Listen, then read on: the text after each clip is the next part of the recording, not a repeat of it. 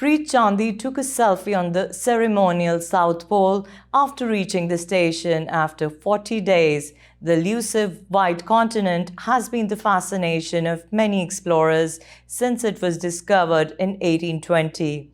The majority of people who have explored Antarctica have been white, starting with Norwegian explorer Roald Amundsen, who completed the first recorded expedition to the South Pole in 1911.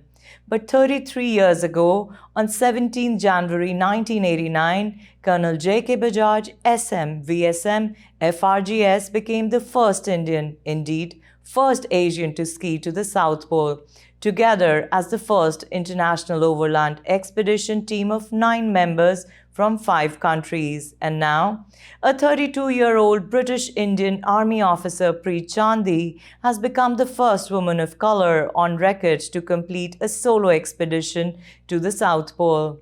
Antarctica was more than just a dream expedition for me. It was about showing that anyone can do anything irrespective of their gender, background, or the community they belong to, she says.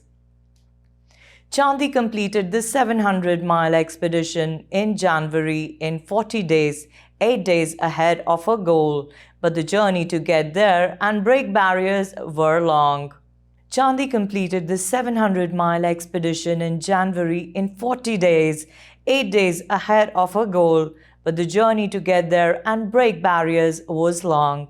In early 2020, she began preparing for Antarctica, starting with a polo training course in Norway that taught her the survival basics: how to set up a tent, melt snow, and cook in extreme conditions.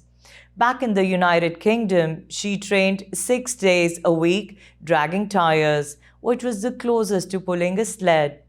Her first real expedition took her to Greenland in August of 2020, which showed her what to expect in Antarctica.